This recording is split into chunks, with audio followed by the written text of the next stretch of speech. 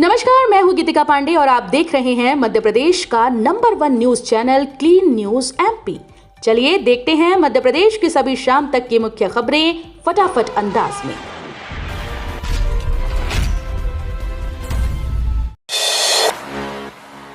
मंडी tax बढ़ोतरी पर बवाल, आज प्रदेश भर की मंडियां बंद। मध्य प्रदेश में मंडी टैक्स बढ़ोतरी को लेकर व्यापारियों का विरोध तेज हो गया है। राज्य सरकार ने कृषि उपज पर मार्केट टैक्स 1.20% से बढ़ाकर 1.70% कर दिया, जिसके विरोध में व्यापारी संगठनों ने प्रदेश भर की मंडियों में हड़ताल का ऐलान किया। हड़ताल के कारण कई कृषि उपज मंडियों में खरीद बिक्री और फसलों की खुली नीलामी प्रभावित रहने की संभावना है। उज्जैन बनेगा साइंस और टेक्नोलॉजी का नया हब, बनेगा deep tech research centre. Madhya Pradesh के उज्जैन में जल्द ही deep tech research and discovery centre स्थापित किया जाएगा। मुख्यमंत्री डॉक्टर मोहन यादव के निर्देश पर विज्ञान और तकनीक के क्षेत्र में ये बड़ा कदम उठाया जा रहा है। करीब 400 करोड़ रुपए की लागत से बनने वाला ये सेंटर शासकीय इंजीनियरिंग कॉलेज परिसर में विकसित होगा। IIT इंदौर के सहयोग से तैयार होने वाले इस प्रोजेक्ट को लेकर अधिकारियों की बैठक भी आयोजित की गई। स्थान चयन और निरीक्षण के बाद आगे की प्रक्रिया तेज कर दी गई। एमपी शिक्षा विभाग का बड़ा फैसला, 1 जुलाई से ई अटेंडेंस होगी अनिवार्य। मध्य प्रदेश में स्कूल शिक्षा विभाग ने पारदर्शिता और जवाबदेही बढ़ाने के लिए बड़ा फैसला लिया। अब 1 जुलाई से विभाग के सभी अधिकारी और कर्मचारियों के लिए ई अटेंडेंस अनिवार्य कर दी गई। अब तक ये व्यवस्था केवल शिक्षकों तक सीमित थी, लेकिन नए आदेश के बाद पूरे शिक्षा विभाग में डिजिटल उपस्थिति दर्ज करानी होगी। विभाग का मानना है कि इससे कर्मचारियों की नियमित उपस्थिति सुनिश्चित होगी और कार्यप्रणाली अधिक व्यवस्थित बनेगी।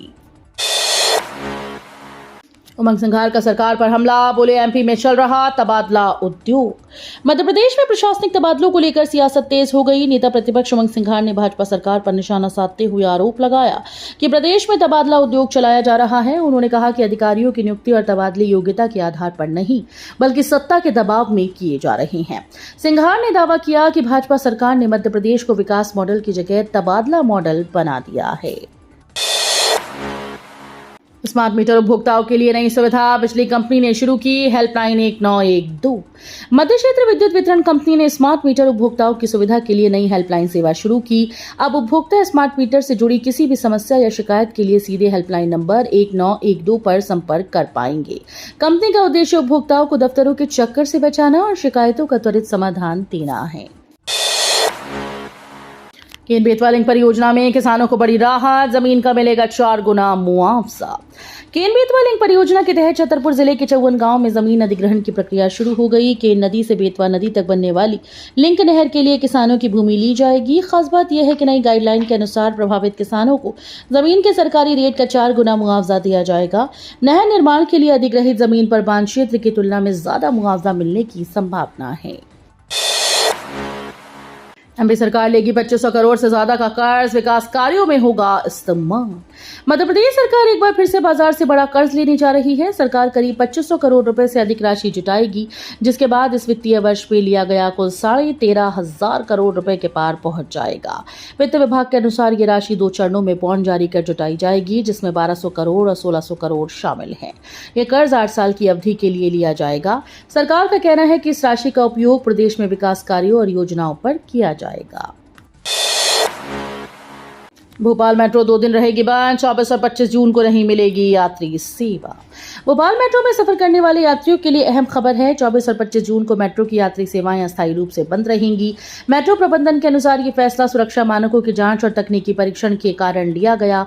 इन 2 दिनों में commissioner of metro rail safety की टीम सिग्नलिंग सिस्टम समेत अन्य व्यवस्थाओं का विस्तृत निरीक्षण करेगी।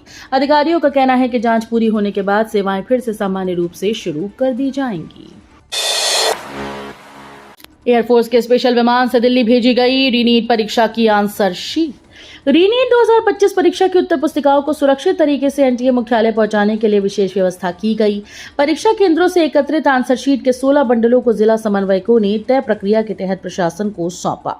इसके बाद इन बंडलों को भारतीय वायुसेना के विशेष विमान से सोमवार दोपहर दिल्ली भेजा गया। अधिकारियों के अनुसार उत्तर पुस्तिकाओं की सुरक्षा और समयबद्ध पहुंच सुनिश्चित करने के लिए ये कदम उठाया गया। एमपी ट्रांसफर में बड़ा विवाद, जूनियर अधिकारी लिखेंगे सीनियर्स की सीईआर। मध्य प्रदेश में हालिया तबादलों के बाद कई विभागों में प्रशासनिक अनियमितताओं के मामले सामने आ रहे हैं। आरोप है कि कई जगह वरिष्ठ अधिकारियों की जगह जूनियर अधिकारियों को बड़े पदों पर पदस्थ कर दिया गया। ऐसे में अब ये जूनियर अधिकारी अपने सीनियर कर्मचारियों की गोपनीय रिपोर्ट यानी सीआर लिखेंगे। इस व्यवस्था को लेकर कर्मचारियों में नाराजगी बढ़ रही है। कृषि विभाग के बाद सूक्ष्म लघु और मध्यम उद्यम विभाग में भी ऐसे मामले सामने आए हैं। तो ये थी शाम तक की मुख्य खबरें। रोजाना ऐसे ही मध्य प्रदेश से अपडेट रहने के लिए क्लीन न्यूज एमपी को अभी सब्सक्राइब करें और वीडियो को लाइक करना बिल्कुल न भूलें। धन्यवाद।